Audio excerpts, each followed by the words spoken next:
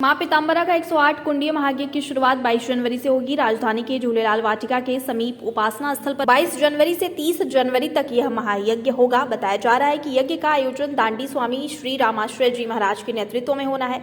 विश्व कल्याण के लिए आयोजित इस महायज्ञ में हजारों भक्त हिस्सा लेंगे। यज्ञ की तैयारियां जोरों पर है, जिसको देखने के लिए आज दांडी स्वामी श्री रामाश्रय जी महाराज ने यज्ञ स्थल का निरीक्षण भी किया। इस दौरान आरएसएस गौ सेवा गतिविधि के राष्ट्रीय संयोजक अजीत महापात्रा समेत यज्ञ समिति के प्रमुख लोग उपस्थित रहे। इसके अलावा केंद्र के खाद्य व सार्वजनिक वितरण प्रणाली, पर्यावरण व वन जलवायु परिवर्तन राज्य मंत्री अश्विनी कुमार चौबे भी यज्ञ स्थल पर पहुंचे। इस दौरान उन्होंने यज्ञ स्थल पर मौजूद लोगों से बातचीत की। वहीं उत्तर प्रदेश सरकार के नगर विकास मंत्री ए.के. शर्मा ने मां पीताम्बरा का 108 कुंडीय महायज्ञ को लेकर खुशी जाहिर करते हुए कहा कि इस महायज्ञ में शामिल होने भर से जीवन के कष्ट मिट जाएंगे। उन्होंने कहा कि यह सभी के लिए सौभाग्य की बात है कि महायज्ञ लखनऊ में हो रहा है।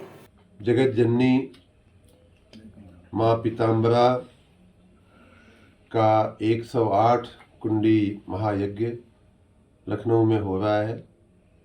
ये हम सब के लिए परम सौभाग्य का विषय है।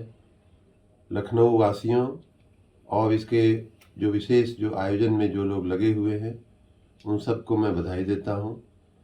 लगभग 1 वर्ष के प्रयास के बाद ये 108 कुंडी महायज्ञ का आयोजन करने की तरफ अब हम आगे बढ़ रहे हैं।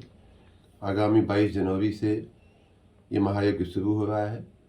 मैं आशा करता हूँ और अपील करता हूँ कि लखनऊ के ही नहीं बल्कि सभी श्रद्धालुगण आकर के इसमें भाग लें, अपने शक्ति और क्षमता के अनुसार इसमें आहुति भी डालें और योगदान भी दें। माँ जगदम्बा, पराम्बा, परमेश्वरी, माँ बगलामुखी पीताम्बरा की महिमा का वर्णन करना हमारे जीवा के बस में नहीं है। जिनकी महिमा का वर्णन वेद पुराण भी नहीं कर पाते हैं, स्वयं ब्रह्मा विष्णु महेश नहीं कर पाते हैं, उनका वर्णन करना बहुत मुश्किल है। लेकिन इतना मैंने जरूर अपने जीवन से सीखा है कि उनकी कृपा हो जाए, उनकी कृपा का लेश मात्र भी स्पर्श हो जाए हमारे आपके जीवन में, तो जीवन जो है, जीवन नैया बड़ी आसानी से पार हो जाती है। बहुत ही दुर्गम कार्य, बहुत ही कठिन कार्य जो दिखता है, वो माँ की और भगवत कृपा से आसानी से पूर्ण हो जाता है।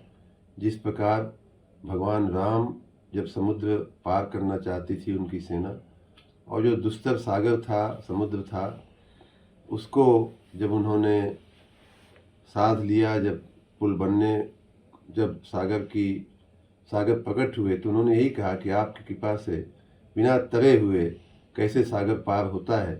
ये भगवान की कृपा होती है, माँ की कृपा होती है। उसमें भी माँ तो विशेष रूप से अपने संतान पे, अपने पुत्र पुत्रियों पे बहुत कृपालु हमेशा रहती हैं। उनकी करुणामयी जो दृष्टि है, अगर हमारे आपके जीवन पे पड़ जाए तो हमारा आपका कल्याण होना निश्चित है।